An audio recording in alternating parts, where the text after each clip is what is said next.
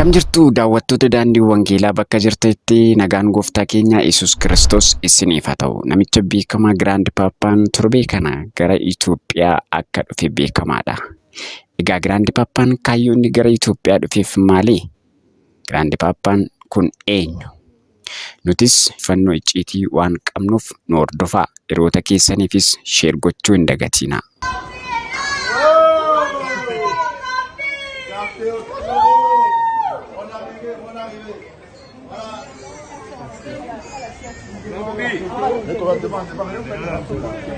Maqaan isaa inni sirriin Muusaa Soongiyaanaa Kaabaa yoo ta'u, nama ganna 32ti. Biyya Giinii magaalaa Soongiyaanaa jedhamutti dhalate.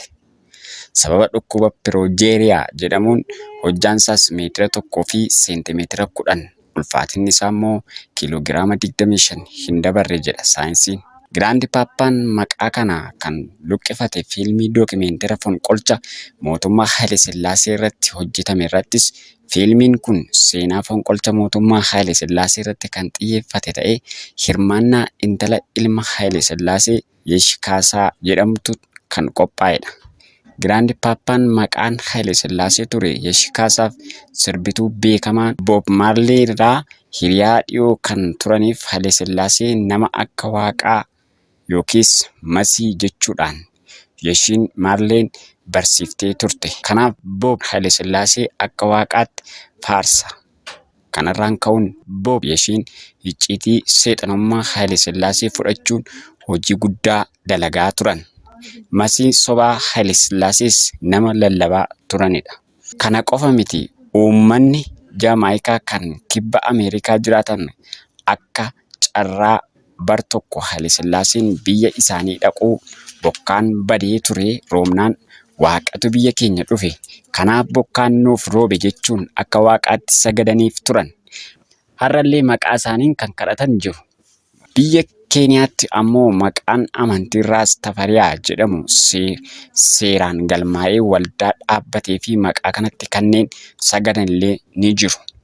Haile Sillaaseen mootota jajjaboo garee golgaa duuba Firiimaasooniyaa kan ture yoo ta'u, Firiimaasooniyaan abbaa ilmaantotaatti. Har'allee mootonni gurguddoon addunyaa kanaa gartuu Firiimaasooniyaatti Haile Sillaasee gocha seexanummaa raawwachaa tureen Itoophiyaatti namoota rifeensa nyaara isaanii walitti bu'aa qalee seexanaaf namaaf aarsaa dhiyeessaa turedha.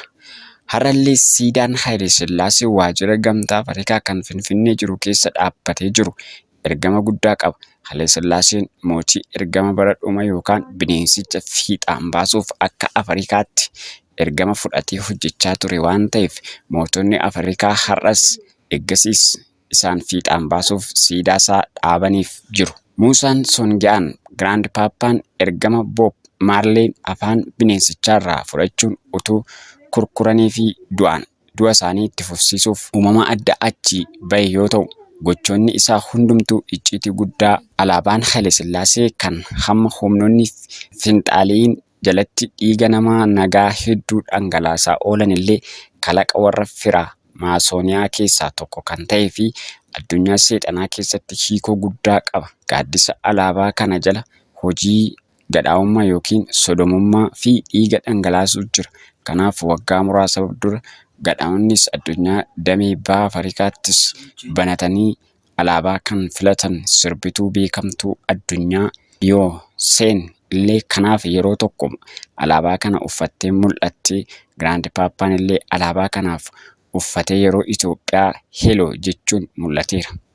Giraand Paappaan walumaa gala imala isaa gara Finfinneetti taasise kana leegaasii Haile Sillaaseen kan yeroo hammaa icciitii guddaan dabalamee biyyattii dhaaluuf geggeeffamaa jiru itti fufsiisuuf ilma badii Itoophiyaan seenedha. Kunis waamicha mootummaa Itoophiyaa biraa kabaja taasifameefiti.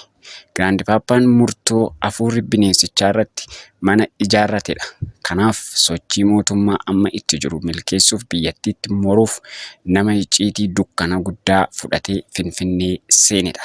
Leegaasii Haayile Sillaaseen yeroo ammaa Itoophiyaa dhaaluuf socho'aa jiru bulchiinsa sirna durii yookiis Minilik Haayile Sillaasee fa'aa leellisuuf afaan tokkoof amantii tokko kun ammoo ergama addunyaa haaraa bineensicha itti jiru sodoonummaa Itoophiyaa faaluu amantaa Kiristi Musliimiif kan kana fakkaatu gaanfa Afrikaatti fiixaan baasuudha.